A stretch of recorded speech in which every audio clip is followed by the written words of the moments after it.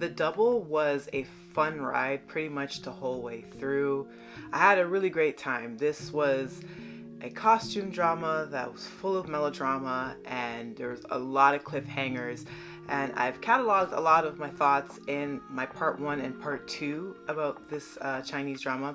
And part 3 today, I'm going to talk about the fact that despite my enjoyment of the show, I actually didn't watch the finale right up until today. So I'm filming this directly after watching the Doubles finale. And yeah, I have a lot of thoughts that I want to get into.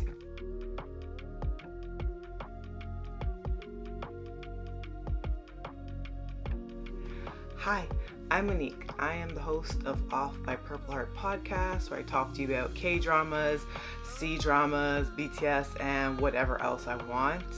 So for part 3 of The Double, I mentioned in my opening, I did not watch the finale of the show until literally up till today. I finished the majority of the show like weeks prior. And as I said, it was so much fun. It was so much fun, and there were so many twists and turns. I loved it all the way through. But one of the things that held me back from watching the finale was I heard a lot of mixed reviews, to be honest, about the finale. That it was very underwhelming, or that it was just not what a lot of viewers were expecting for it. And to be honest, that kind of scared me off. And I was like, you know, things were getting pretty damn tense in episode 39. So watching episode 40 today, my first thoughts are, I'm glad that this is probably going to get into spoilers as a by the way. So if you want to stay spoiler free, yeah, this is probably not the podcast, but Ali's husband, who is such a mercurial figure in this show, I was trying to figure out, were they going to find a way to put him on a redemption arc? Because it seemed like at the halfway point, it looked like narratively they wanted to. And I was thinking to myself, there's no way that they're going to be able to redeem a character that basically left his wife for dead and was willing to bury her alive because of cowardice, ultimately. Cowardice and a huge ego trip. Just completely, utterly selfish, narcissistic characteristics was her husband. But yet I could still see some semblance as to why Ali fell in love in the first place with him, and why, despite how incredibly brilliant and clever and witty she is, and Ali's way to maneuver her way through the royal court, and for the amount of backstabbing that was happening, the amount of chess pieces, or go pieces I should say, that she had to move and play in order to get the justice that she so richly deserved for herself and Jiang. I was really wondering what they were going to do with the husband character, and he turned out to be pretty damn selfish and evil all the way up until the end. But I thought it was an interesting choice narratively that they had him still claim that he loved her, and he still, despite kidnapping her in the 11th hour, and was delusional enough to think that they would somehow reconcile after he kills Duke Su, that somehow she would just find her way back to him. I thought that was interesting. I thought he was just going to go full on evil and was just going to happily kill her once again. So their final confrontation was really interesting to me, because I was happy that she was able to actually shoot him down with an arrow. I thought that was so funny. He's holding up that fish in the air, commanding the army, and he's saying this big bombastic speech, and we'll be back together, you and I just have to kill Duke Su first, and he's grandstanding and all this. she just with the arrow. I thought it was hilarious. It was a really serious, high climactic moment in the finale, but I just thought that was so damn funny. But their final resolution, and her walking away, because at the end of the day, she did not want his death. She didn't want to get her hands dirty. I'm quoting her. She wanted for him to receive justice. And I'm kind of sad for her in the end that he still took the cowardice way out. He instead of actually atoning for the crimes that he committed, he killed himself. And that was the end of that. And the final lingering shot of him just staring after her. So that left me kind of unsatisfied. I was kind of hoping that he would have to face some form of retribution and actually see his image completely tarnished. But knowing that character's ego, he just couldn't take that. So yeah, he would take this way out instead.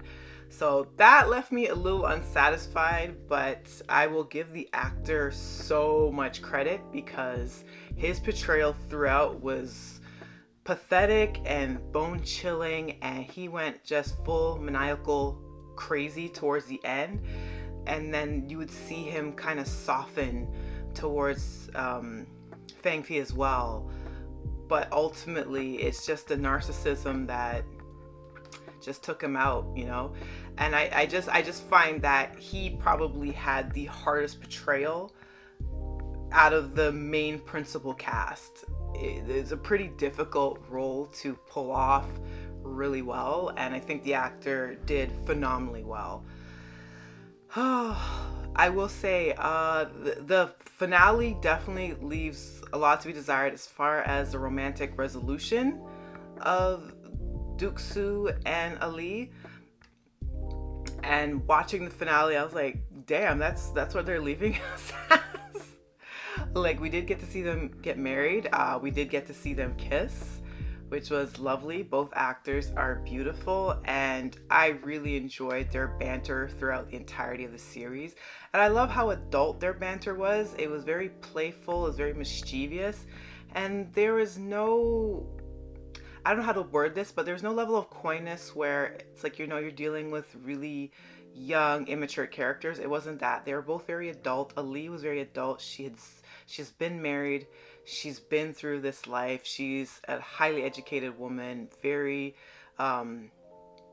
ruthless in her pursuit of knowledge. And, you know, she was holding back a lot in her previous marriage, and she was being suppressed of her talents in a way to allow her husband to shine.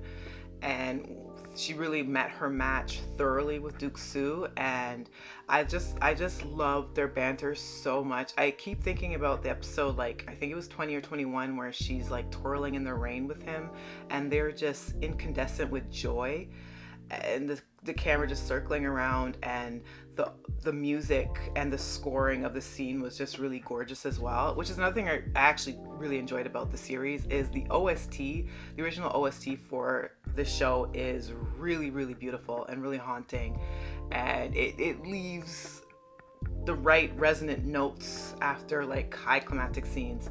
I enjoy the music a lot, the musical choices of the show. And yeah, I really loved their relationship. I thought their chemistry was so good. And I saw, you know, there were some complaints from folks about the lack of kissing, and they're like, is this going to be like another example of like the long ballad, which I still have to do an update about, which I have watched with my boo-boo Leo Wu, but let me not get sidetracked. But they did end up having their kiss in Ep 40 as well, and they just looked absolutely gorgeous. And then it went straight off into super violent, super bloody, and super gory war. And it kind of leaves you in a little bit of a cliffhanger, because he does make the promise to her, I will come back to you. I will come back to his residence. I'm going to get it renovated, and we're going to live our lives as soulmates. Can I tell you, I love the scene where she tells him, she kind of does that little coy look over her shoulder, and she's like, you know, I'm staring right at my soulmate. And then the next scene after, just the absolute giddish glee of Duke Su. That to me took me out so much. And then just the whisperings of his fellow comrade in the army there, who he's like, yeah, he's acting really silly. He's like, who's silly? The comedic timing of that was just brilliant.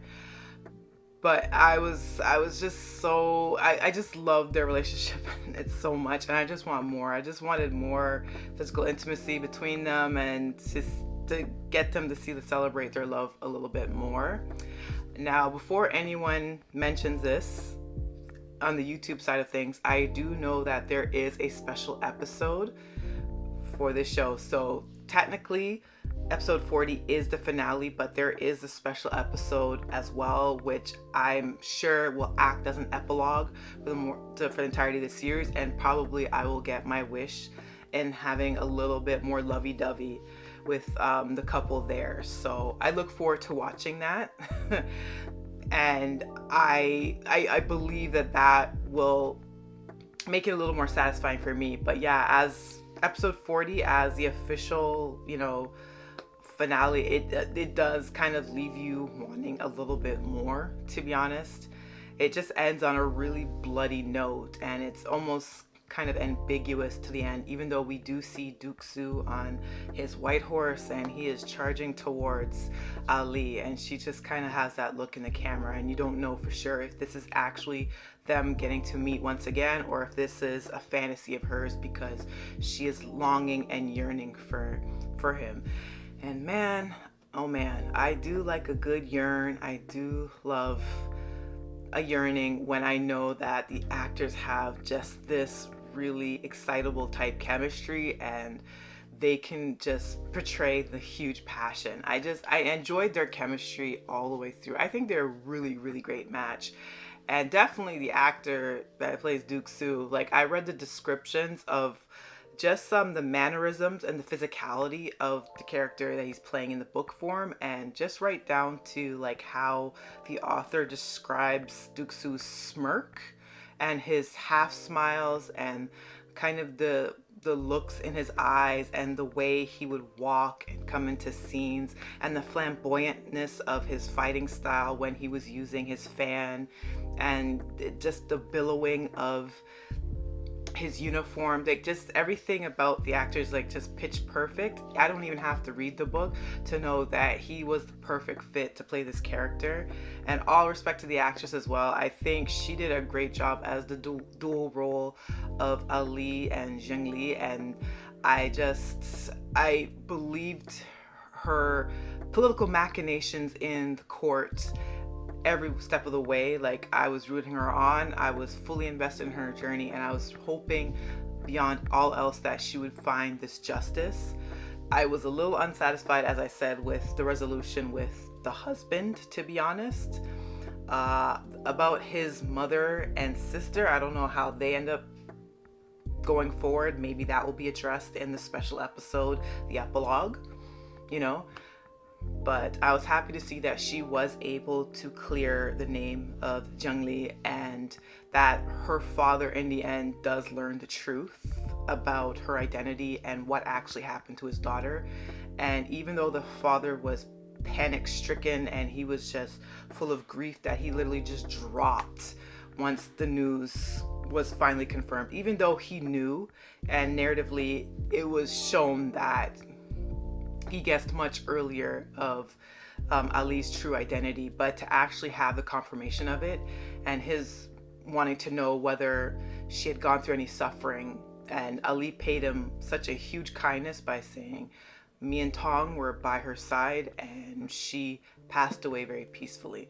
And she did pass away peacefully, but I think Ali was really kind and generous in that sense, and she knew the level of grief the father was dealing with and just how remorseful he was about how blinded he was by this evil stepmother that was able to orchestrate everything leading up until all the events of this show. And I'm of the mind frame that I don't really forgive the father either. I think he was extraordinarily negligent, and it was just so frustrating to see just how much the wool was pulled over his eyes. And that was like a running theme in the show, like just how incompetent so many of the men were throughout the entirety of the show, and just how much women had to pick up the slack and how much women had to suffer because of the sheer level of incompetence of men. That was just like the running theme throughout the entirety of the show.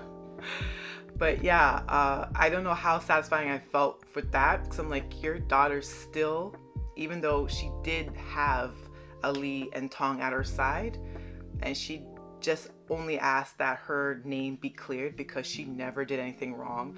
The fact that she had to die in such a horrific way, being literally whipped and bleeding out to death, and then having to deal with infection and passing away.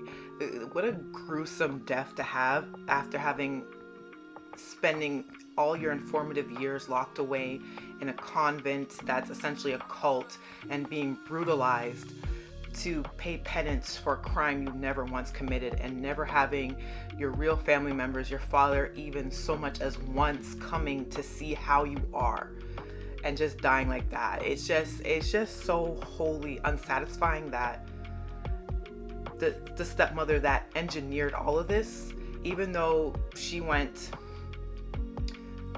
insane, no, she still has this level of peace. She gets to stay in that residence, and she gets to pick flowers and kind of tra-la-la and dance amongst the trees and not have to pay any form of actual justice, in my opinion, for the atrocities that she was capable of. And then the father just having a blind eye to all of this.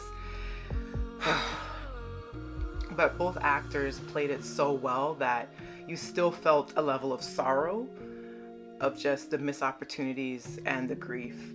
But overall, it was an interesting way to technically have a finale for the show. But yeah, I had a lot of fun watching the double. It was great. Probably one of my favorite C-dramas of this year.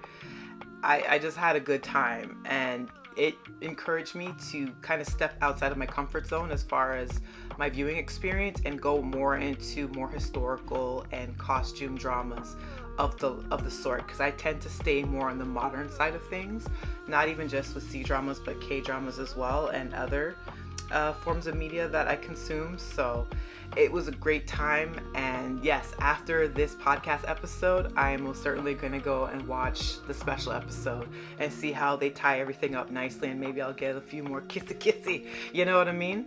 So I'll conclude it for today for the double. Let me know your thoughts. Did you finish all of the double, and what are your opinions? Please feel free to leave them in the comments section below in YouTube if you're listening via Spotify or Apple Podcasts. As I always say, and I always mean it, I love y'all. I appreciate y'all so much. I hope you're having an amazing day. Until the next episode. Bye.